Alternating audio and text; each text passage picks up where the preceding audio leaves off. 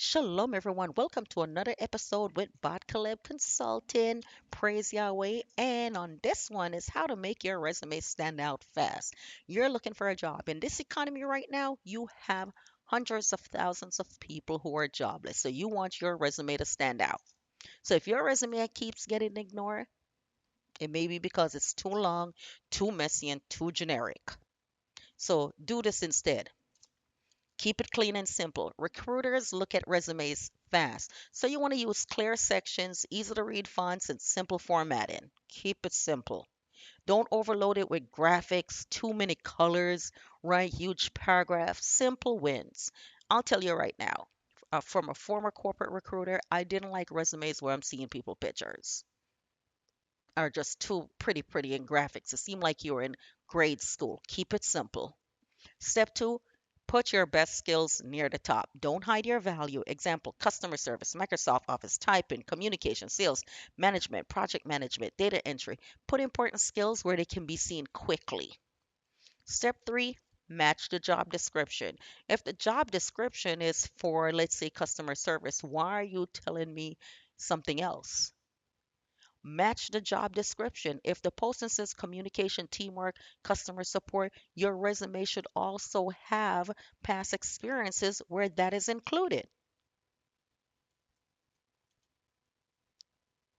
Now, here's the thing.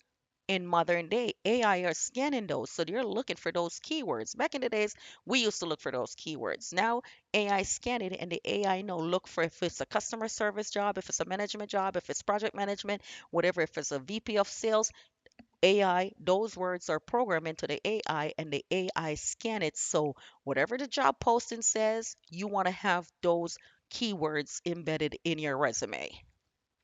Step four, show results, not just duties. Don't just say you answer phones. You know how generic that is?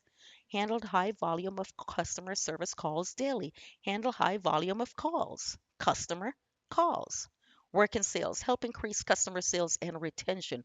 Work in sales. Its results stand out. It's not worked in sales. What did you do? You helped increase customer sales and retention. What else you do in sales? Increased volume by this.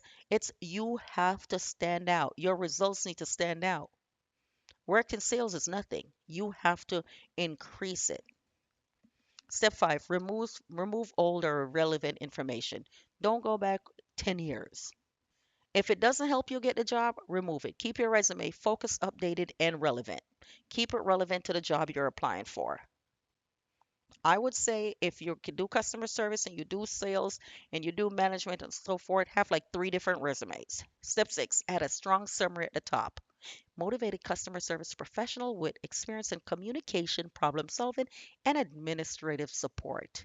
Or strong administrative support. This helps recruiters know who you are immediately. Next, proofread everything. One typo can hurt you. Before sending it, reread it, check your spelling, check your phone number, and email. One typo can hurt you.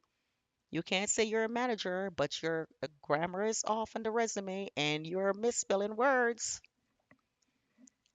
Scripture for that, Ecclesiastes 9:10. Whatsoever thy hand findeth to do, do it with thy might.